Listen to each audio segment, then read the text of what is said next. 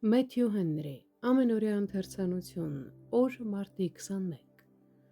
Սրա համար ամբարիշտները չեն կանգնի դատաստանի մեջ և ոչ մեղավորները արդարների ժողովի մեջ, որովհետև Տերը ճանաչում է արդարների ճանապարհը,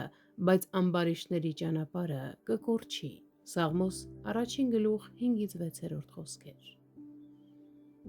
Ամբարիշտները արդարների լրիվ հակառակն են, թե բնավորությամբ, թե վերաբերմունքով։ Անաստվածները առաջնորդվում են ամբարիշտների խորհրդով, ընթանում են մեղավորների ճանապարհով և նստում են ծաղրողների աթոռին։ Նրանք հաճույք չեն գտնում Աստծո օրենքում և պտուղ չեն բերում բացի չարից, իսկ արդարները նման են օգտակար և պտղաբեր ծառերի։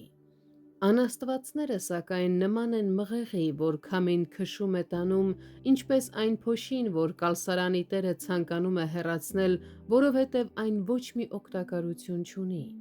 Նրանք Աստծո աչքերում ոչ մի արժեք չունեն, որքան էլ իրենք իրենց բարձր գնահատեն։ Նրանք հեշտությամբ տատանվում են և քշվում այս ու այն կողմ ամեն մի փորձության քամուց։ Մղեղը կարող է ժամանակավորապես մնալ ցորենի մեջ, բայց նա, ով ձեռքում քամհար ունի, գալիս է և մանրակրկիտ մաքրելու է իր կալը։ Նրանք, ովքեր իրենց մեղքի և հիմարության պատճառով իրենց մղեղի են վերածում, կհայտնվեն որպես այդպիսին աստվածային բարկության և կրակի առջև։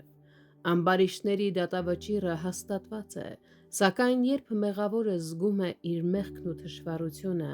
նա կարող է ընդունվել արդարների ընկերակցության մեջ Քրիստոսի միջոցով, որպես կենդանի ճանապարհ և Քրիստոսում դառնալ նոր արարած։ Նա ունենում է նոր ցանկություններ, նոր հաճույքներ,